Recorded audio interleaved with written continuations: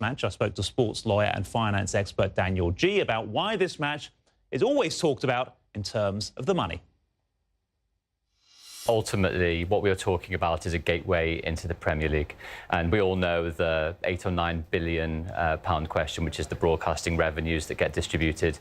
We all know the types of monies that are on offer for getting into the Premier League. And, you know, a lot of the figures suggest that upwards of £180 million is at least the minimum for the winners of the playoff game to play at least one season in the Premier League. How valuable is the hundreds of millions of dollars available to a Premier League club when it comes to a team that's been in the Championship or lower leagues? Well, I think you can break it down, really. I mean, the financial distributions actually came out for the Premier League clubs yesterday, and it saw that even the most relegated, the 20th place club, Huddersfield, earned over £95 million for finishing bottom. Yeah, well over $100 million. Correct. Manchester City and Liverpool, obviously, over almost £150 million. So that is the base amount. But even after that amount, there are things called parachute payments. They're the amounts that more or less cushion a club should they be re-relegated. They can be upwards of £80 million.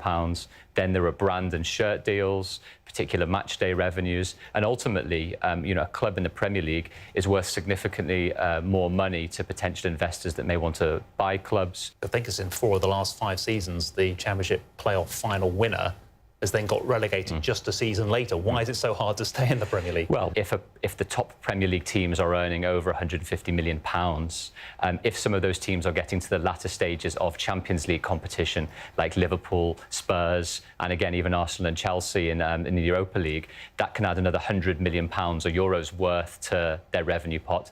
Mixed in with other sponsorship deals means some of club revenues are reaching upwards of £500, £600 million per season. If then you're able to spend significant amounts on players, on wages, on the top managers in the world, it makes competing in the top league even that more difficult. How much sympathy do you have for the players on the field with this in the background, knowing how much is resting on the result of just one game? I do speak to some players that can sometimes be in those positions, and I don't envy them, but at the same time, I think a lot of them have a really good positive attitude, which is, how often do you get to play at Wembley for such an incredible occasion and have the possibility of glory and success? The truth also is the financial impact for those players can effectively be life-changing. Some will have promotion bonuses, some will have promotion extension clauses in their particular contracts, and a lot will have automatic uplifts for those as well as other types of bonuses. So the truth is, it may be a big payday for the club, but also might actually safeguard the long-term security of some players.